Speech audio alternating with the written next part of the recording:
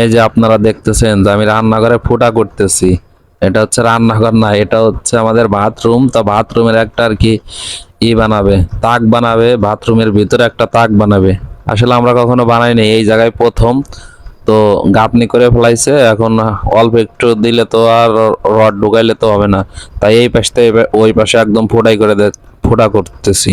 তো আপনারা দেখেন, এই যে আসেন, দেখেন যে কিভাবে তাকটা করতেছি। তো এই যে তাকটা, এটা হচ্ছে তাক করছি, এটা হচ্ছে বাথরুম। বাথরুমের ভিতরে এই তাকটা ইঞ্জিনিয়ার করতে বলছে।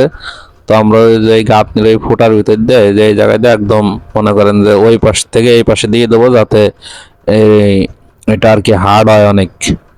তো এখন আমি ওই পাশে যা বাড়ি দিয়ে রড বাই করে দিচ্ছি, আপনারা দেখেন।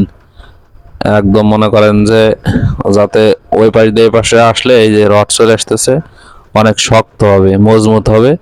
তো সেই জন্য আর কি দিচ্ছি। দেখা গেল আমরা করলাম আর সুইটে পড়ে গেল।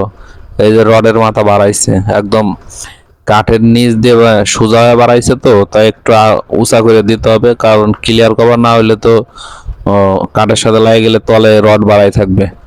আর এই যে এটা হচ্ছে আমাদের 2 ইঞ্চি ঢালাই হবে, 2 ইঞ্চি ঢালাই। ওইটা হচ্ছে আমাদের বাটাম সাইজ, সাইড মারবো ওই বাটামটা দিয়ে। আর এই পাশে একটা করছি তাক, এই জায়গা হচ্ছে বেসিং বসাবো।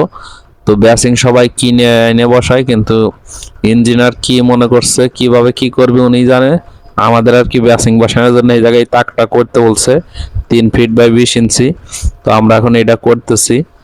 তো এটা হচ্ছে কিচেন রুম আর বাথরুমের মাঝামাঝি। ওই পাশের দরজা দেখতেছেন, ওইটা হচ্ছে কিচেন রুমের, আর এই পাশে হচ্ছে বাথরুমের দরজা।